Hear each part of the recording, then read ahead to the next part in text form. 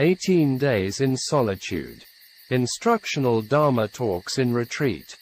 By Venerable Ādiccaramsī, 1937–2002. Day 1. The 17th of October 2002. This is the first time of International Vipassana Retreat in Rangoon. In the beginning of the practice, the point you should know is you can't do things as you like to. There are programs. The first thing to do is Satipatthana practice. It's based on mindfulness, sati. Sati is important for attaining path and fruit. Why we're doing Satipatthana? Human beings are alive without knowing. People have been listened Paticcasamuppada, dependent arising, before knowing this point. What is not knowing? Not knowing is avidya, ignorance. Human beings are alive without knowing themselves. They don't know what will happen tomorrow. They don't know where to die. During sleeping, eating and moving around any time even don't know they're alive with their breathings. They don't know the breathing with the right or left nose. It's living without knowing anything if we think about it. We have to know them exactly if we do vipassana. We have to know it with the practice. The Buddha reflected as why people were doing things without knowing. They're doing things without any sure for tomorrow. Needless to say, tomorrow, they don't even know what will happen next hour, living the whole life without knowing and also dying without knowing. The Buddha reflected with his perfect wisdom, Sabbanutta Nana. Why don't people know? No mindfulness, sati, so that they don't know it.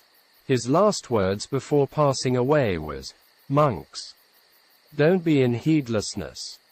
Always stay with sati. After Satipatthana, it changed to vipassana and arrived to the stage of Satipatthana bhavana. So, the whole practice has 3 parts.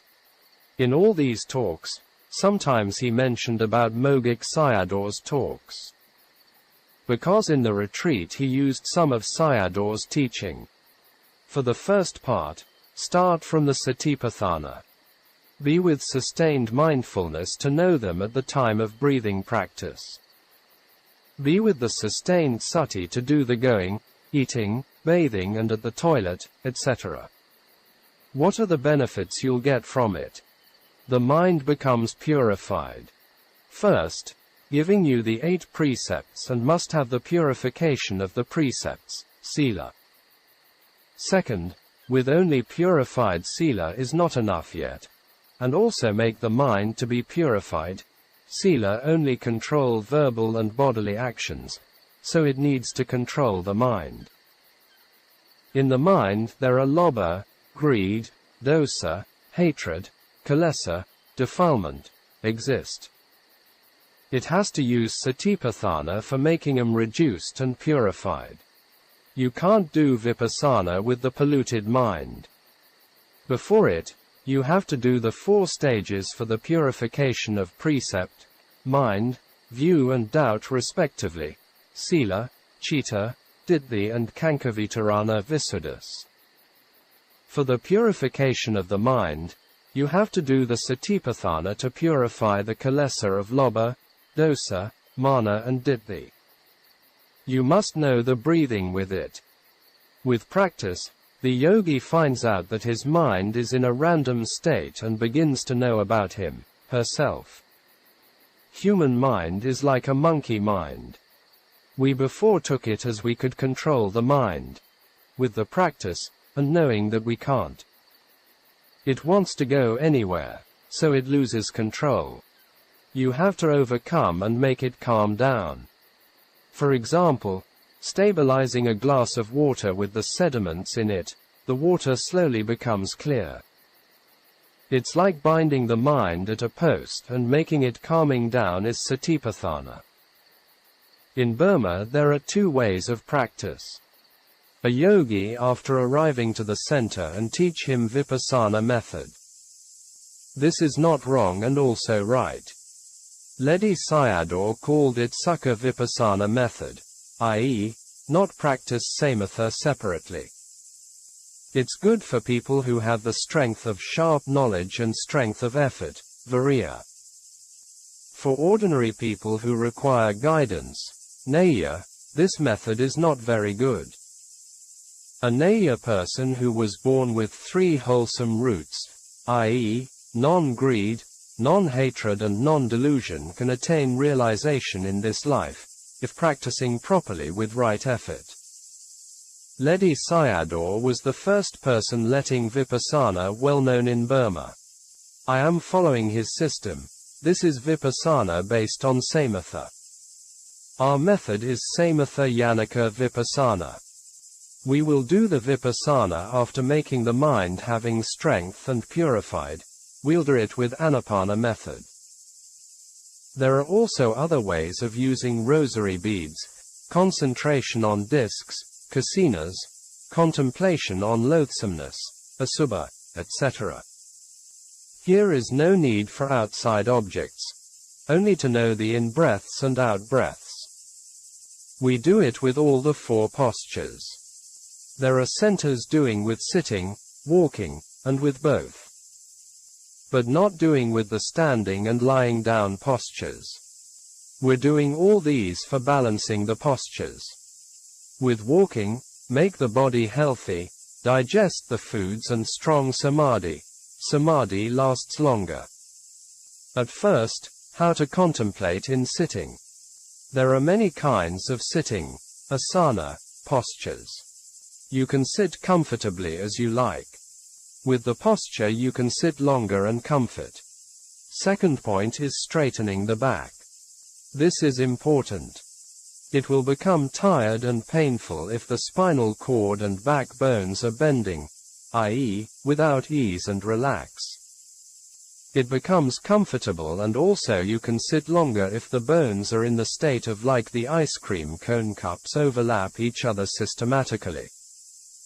After that, don't let the head incline downwards or upwards. Put one hand on top of the other or both on the knees or on the laps with comfort. Don't put it on the floor and will destroy the yogi's posture. Close the eyes and pay attention at the entrance of the nose. You can also open your eyes and pay attention to the tip of the nose. When breathing in, knowing the air comes into the nose. With breathing, some are short and some are long breathing. Each person is not the same. After the coming in air ends and wanting to breathe out arises, breathe naturally. Is it with the right or left nose? One of the noses is usually closed. There is few to breathe with both noses. Only with one side is more often. After knowing the touching and again know the knowing mind. The mind wanting to breathe out arises. When breathing out and know it from the beginning to the end.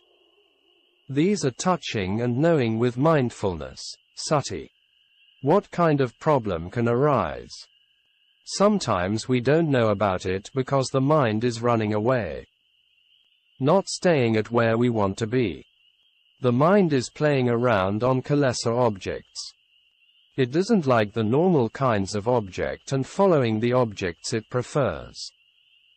The mind will run away if without sati. Staying with sati and not let the mind running away. If it runs away, then pull it back onto the object. Mediation is pulling back the running away mind onto the object again and again. This is called applied thought, vitakka. Practicing to know it all the time is satipatthana and you don't need to search for it. With sati and it comes back again. This is practicing with one of the jhanic factors vitakka. Bhavita means contemplating again and again. If not happen and make it happens and after happen make it develops. Only do this and make it stay at the spot. Making the mind calming down is called samatha. In the practice of mind development, there are 2 factors involved. These are bhavita and bahulakata. Bahulakata means making it happening for many times. The combination of the two is similar to right effort. For standing meditation, 2 feet should be nearly 1 foot, 30 centimeters, or at least 6 inches, 15 centimeters, apart.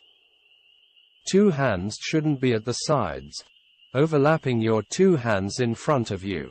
Holding your both arms also not good.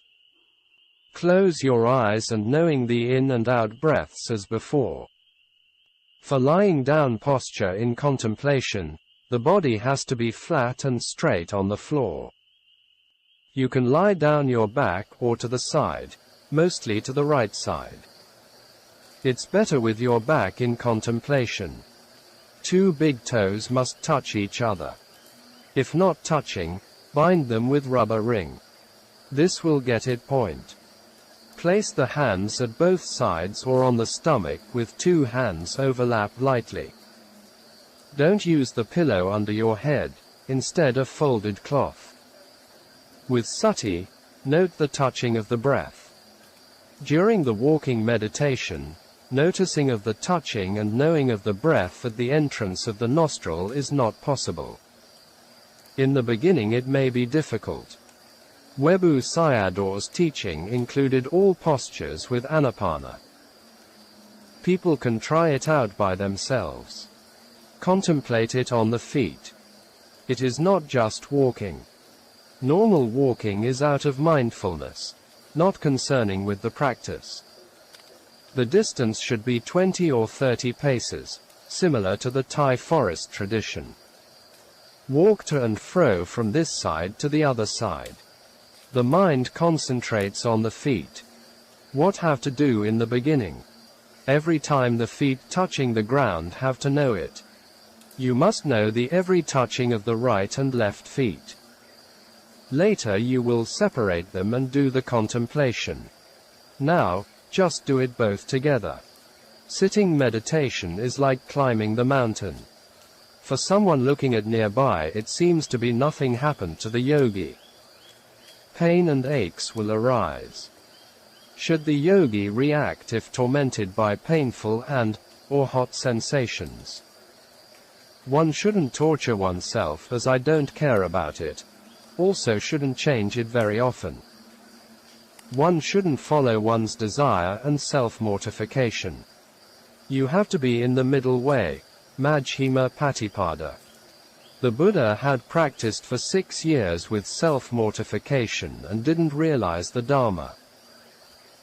This Dhamma is not for self-mortification and must have ease with the body and mind. If following with one's desire also can't get samadhi. How to be in the balance? For example, sit for half an hour.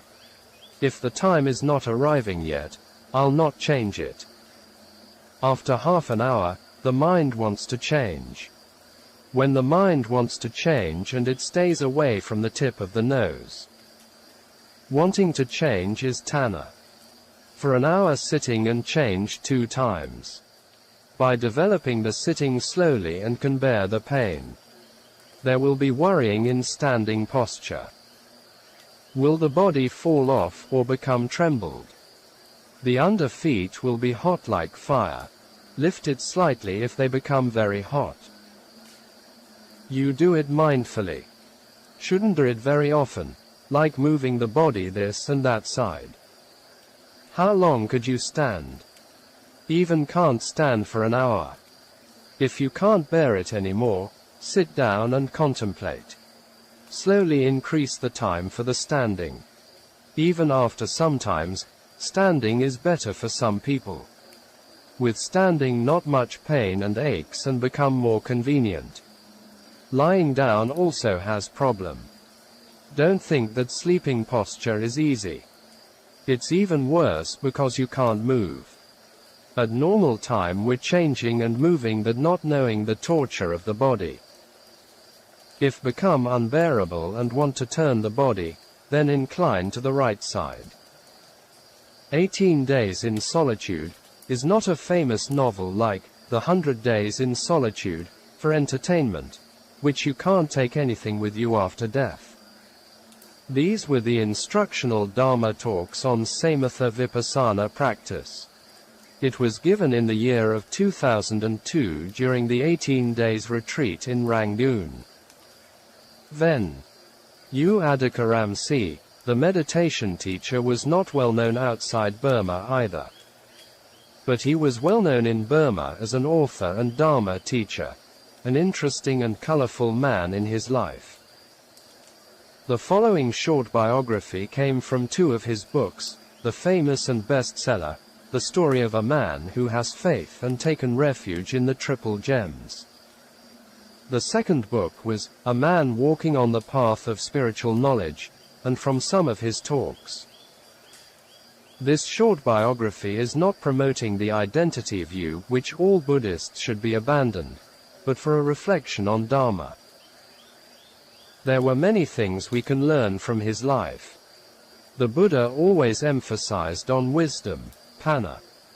Without wisdom or wisdom faculty, human beings, out of ignorance and craving, create a lot of problems in life, and in societies around the world.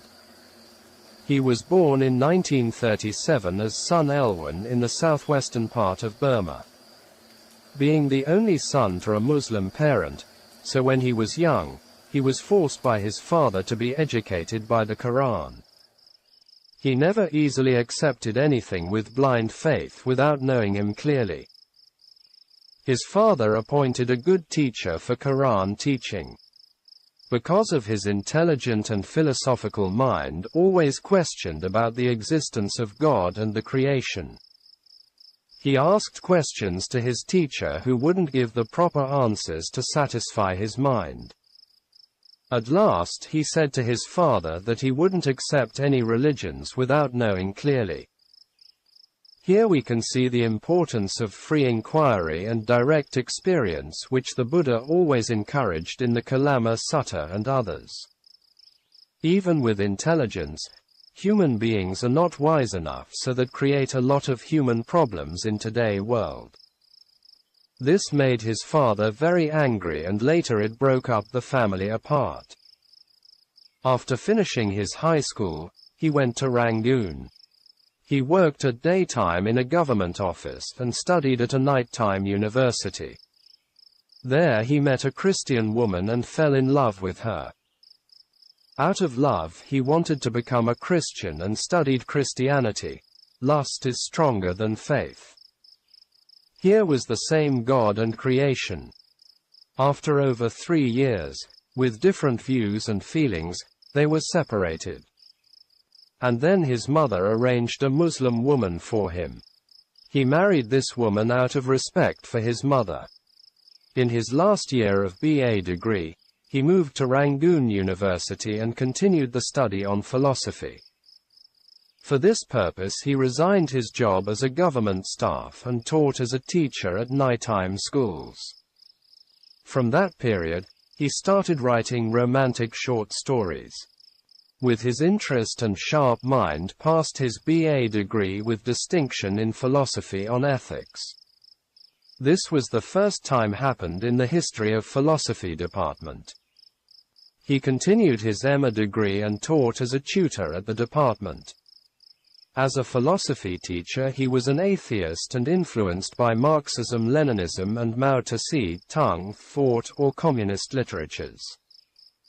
He didn't have a happy family life, and it became degenerated and ended up with divorce.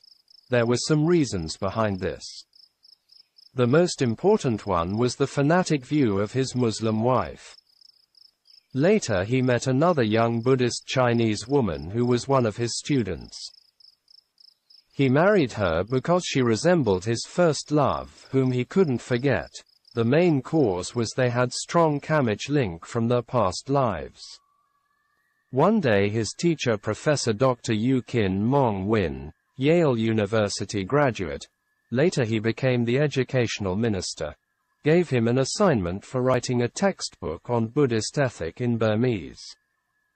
As a curriculum for students in philosophy, he was already success in writing books and a bright person, but didn't know much about Buddhism except in the philosophy books. This was a great turning point in his life. This was also a very strange case because there were other Buddhist teachers in the department. He came from the Muslim family and didn't know much about Buddhism. The working of Kamma was inconceivable. He had strong karmic link with Buddhism in his past lives. So, he studied and researched diligently for many months with Buddhist texts in English and Burmese. Near the end of his research, his teacher told him to stop the project. The reason was his teacher wanted to send him to northern Burma, the Kachin state, as the head of philosophy department and an assistant lecturer.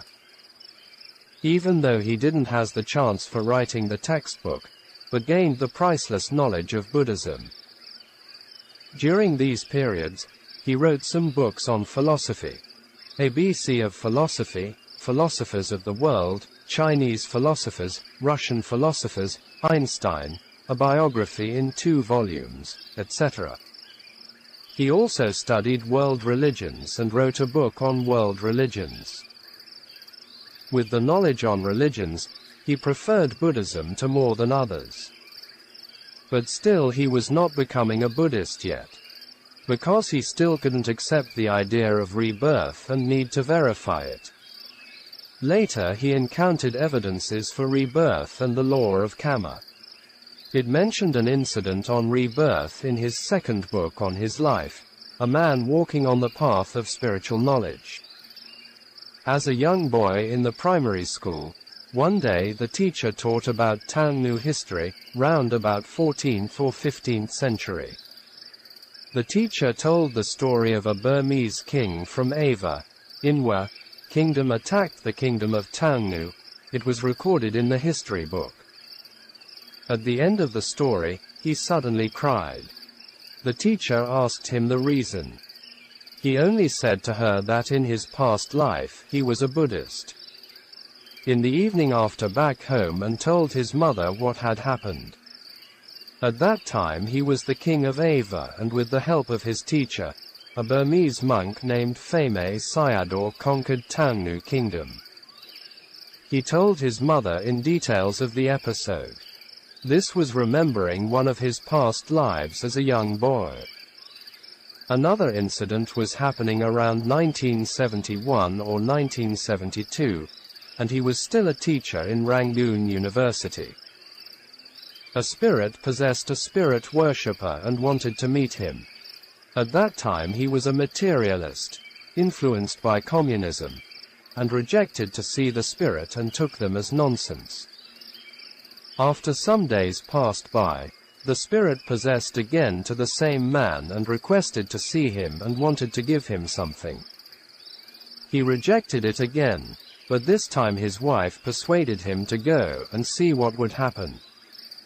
As soon as he was arriving to the spirit house, the spirit possessed the same man instantly and told him about the story. She was a kind of Venerable, a kind of earthly supernatural spirit, and his daughter in past life. At that time he was a king in Shan state, something like a Maharaja in India. After she passed away in that life and born as a Venerable and looked after the treasures they left behind. He didn't believe what she said and asked her to show him the evidences. So, the spirit with her psychic power gave him some ancient silver coins with a peacock symbol and letters on it in front of them via the possessed man. These ancient silver coins were from the time of the last Burmese kingdom, i.e., Mandalay era. The spirit granted him for other wishes and he asked for some ancient Buddha images. After a week passing by, they met again. This time the spirit gave him 9 ancient Buddha images and some were made with gold. As a Venerable, she was searching for him. She asked permission from him to become his daughter again. Beings have strong attachment to each other. She made a prediction to him that after she was born and he would resign his job as a university teacher. This youngest daughter was born to him in 1972, and later he also resigned his job as a teacher. After resigned his post as a teacher, and he entered the movie films business. He studied books on movie art and then directed some movie films and opened classes for acting. One day during a class lecture on acting, a group of 5 persons were acting wrongly. So, he asked him to look into his eyes and talk to them how to do it. And then these people fell into the subconscious states. He was surprised and did not know what to do with them. But instantly he remembered that they were in the hypnotic states. He had been written a book on hypnotic before by reading some books on them. Now, he used this chance to make a test. He ordered him to cry, and they cried. Asked him to laugh, and laughing heartedly. Now knowing that he had this ability, and from that day onwards, he hypnotized people if had any chance. And also found out that he could cure their past lives-related diseases which medicines had no effects. This point is very well known in the West nowadays. Some psychologists and medical doctors had made researches and already written some books on them. One time he hypnotized one of his old university students. This male student in the hypnotic state told his past life which had connection with him. So, he was very interested and asked more information from him. He said that in that period he was their teacher and teaching on the art of warfare. And he had 3 daughters, and the youngest one was now his present wife. It was a great shock for him, like a hammer hitting on his head. He couldn't believe it. So, he had to try again with another student who was mentioned by the first student. This student also mentioned the same episode in the hypnotic state. He still unsatisfied with the result and wanted to try on his wife. At first his wife was rejected for some times. In the end he succeeded, and in the hypnotic state also she confirmed the same episode as mentioned by the 2 students. He continued to ask her whereabout in her last life from this life. In her last life, she was the daughter of a well-known traditional doctor in a city in Burma. Later she ordained as a nun. So, it was easy for him to make inquiries by following the story. After some inquiries, it was confirmed what she had said before. It solved his doubts on rebirth and the law of karma. During the periods of his treatments to illnesses with hypnotism, and made records of them with the photos of these people, later he wrote a book about them. Publication Censor Board did not allow to publish this book. It's quite a strange censorship by a Buddhist government. Even Western scientists were making researches about rebirths. For them was reincarnations, quite a long time ago, and they confirmed it also. These are not superstitions, and even helping to understand rebirths and law of karma, which are important for Buddhism. The education on law of karma and rebirth are very important for human knowledge. Closing square bracket. Later he became a Buddhist and wrote a book on his life, entitled, The Story of a Man Who Has Faith and Taken Refuge in the Triple Gems. It came out in 1989 and became a bestseller book in Burma. Reprinted quite a few times and made him rich and very well known. It had 4 volumes. Volume 1, 3 World Religions and Sun Elwan, Volume 2, World Philosophy and Sun Elwan, Volume 3, The Buddhist Texts and Sun Elwan, and Volume 4, On the Way to Perfection and Sun Elwan. The Volume 4 has 6 chapters, which are subtitled as follows.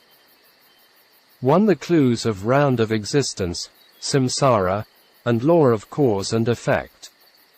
2. The Questions on Past Life Problem and Answers from Buddhism. 3. Hypnotism, the Process of Rebirth, Life Continuum Mind, Bhavanga Chitta, and past lives relationship. 4. Before realization always encounter with mistakes. 5. Fake refuge and the real refuge, Saranagamana. 6. Some experiences on the way to perfection. With the subtitled chapters in Volume 4, we can justify the popularity of this autobiography. The whole book can give the readers many tastes of feeling which are romantic, philosophy, science, religion, and spiritual, etc. The third volume ended up with his desire to walk the Bodhisattva path. During his periods of following the Bodhisattva way, he was associated with people who were practicing the worldly Dhamma, such as mantras, mandalas, for long life and psychic power, Gandhari Vidya. So, he was misleading by these people. Because of following the Bodhisattva way, he only practiced samatha and never vipassana. Later he reflected his desire and vow carefully after reading some books about the Bodhisattva path, both Theravada and Mahayana. And he found out that he didn't have any qualities of them mentioned there in the Theravada texts. One day he went to Sayagyi U Ba Kin's center for 10 days retreat. And he penetrated the Four Noble Truths with direct experience, let go of his desire for the Bodhisattva path.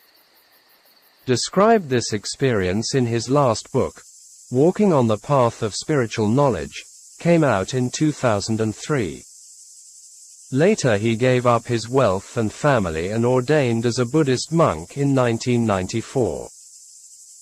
His ordination had two purposes: continuing his practice and giving lectures on dependent origination, Paticcasamuppada, around Burma. The last purpose came from Mogik Sayadaw's and Ledi Sayadaw's teachings. After ordaining, he went to Taungnu, stayed in a forest and practicing alone there for some time. Later he established a meditation center there. Also, he was busy with moving across Burma and giving lectures on Paticcasamuppada to all Buddhists who were inviting him. He was so popular that had a lot of invitations. Maybe overworked and health problems, he passed away in 2002. These instructional talks were given in 2002, from the 17th of October to the 3rd of November. It even might be his last talks. He passed away in Lower Burma. In one of his talks he mentioned to end his biography by writing on his life as a monk. He did not finish his biography and would never be. But one thing is sure, that he will finish his spiritual journey in the near future, because he had already on the straight and right path without any hindrances anymore.